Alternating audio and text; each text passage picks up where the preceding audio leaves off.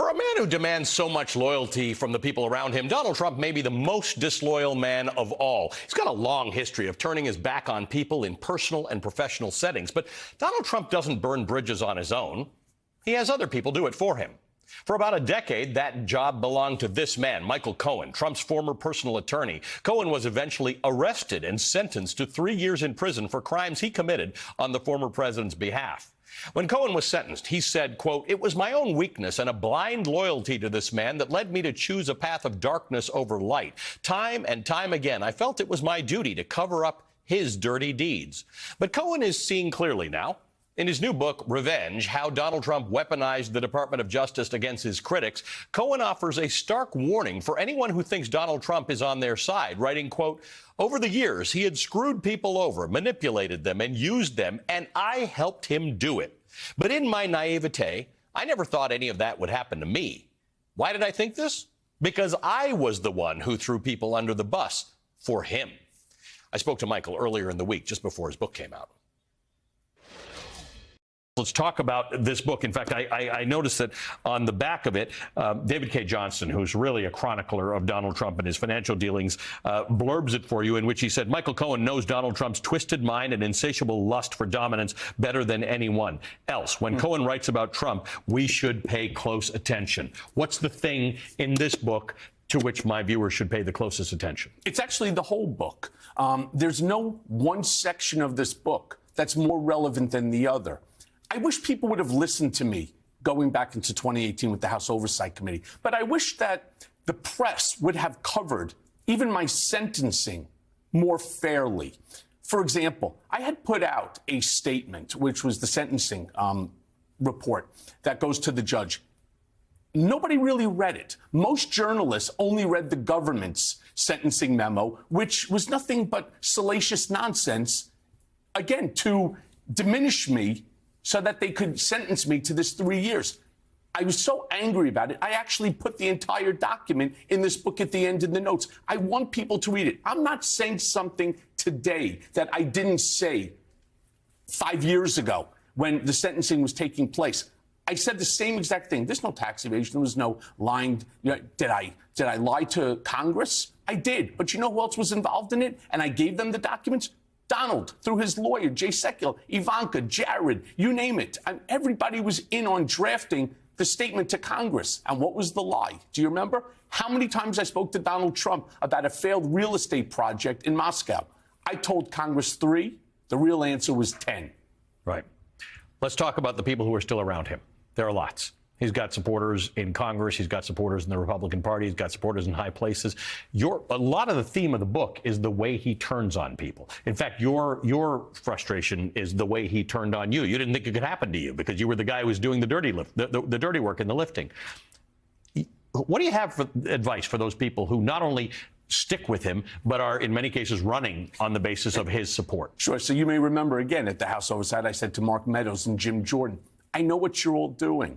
Right? I know the playbook because I wrote it, and nothing good is going to come out of it. I said the same thing to Rudy Giuliani, not just on television, but I bumped into him in a restaurant at Fresco here in the city. And I said to him, what you're doing is going to come back to bite you. Lo and behold, once again, I'm not prescient. I'm not Nostradamus. I just know the man well enough to know that he doesn't care about anyone or anything, and he will use anyone, his kids included, in order to keep himself out of trouble.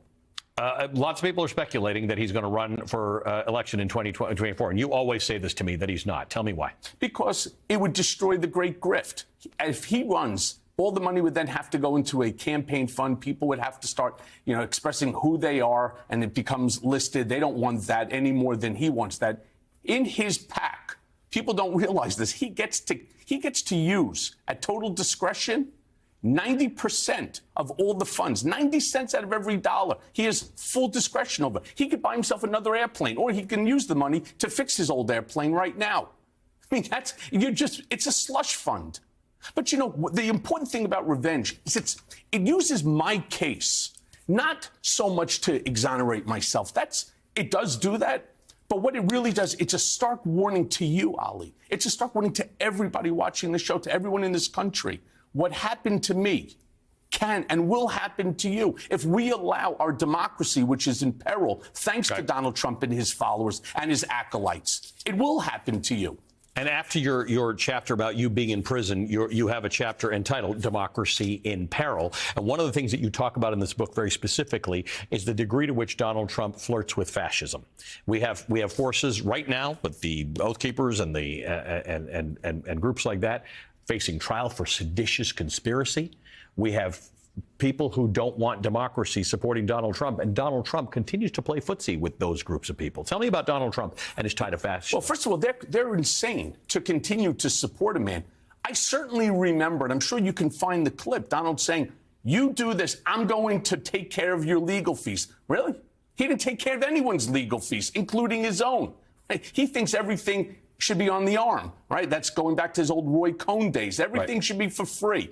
Well, no, it's not. And now you're seeing some of these individuals, some of these insurrectionists with 5-7-year jail sentences. Where is Donald on that? Is he going to take care of their families? He doesn't care about them either. If they're out there and they're speaking positive for him, that's all he cares about. The second that they're not able to, I'm sorry, Rhodes who? Stuart Rhodes who? Michael Cohen what? That's Donald. Well, he did that to you. Yes. When you got arrested. Yes. He sort of referred to you as, I mean, he didn't call you the coffee boy, but he basically didn't treat you as being central to his whole operation. Correct. And it's funny because that was something that bothered so many people who know me well. There wasn't a night that I would go out for dinner. There wasn't a night that I had people over or I was at somebody's home where he didn't call 1, 2, 3 times, including when I was on vacation. It was an everyday event, 4 in the morning, 11 at night. It didn't matter to him. I was there to be used by him, the same way he's using all of these other individuals. And they, too, like Rudy Giuliani, will understand just how devastating the government can be, especially when you have someone like Donald Trump who weaponizes the Justice Department using a lapdog attorney general to go against his critics. Michael, thank you for the book. Thank you for being here.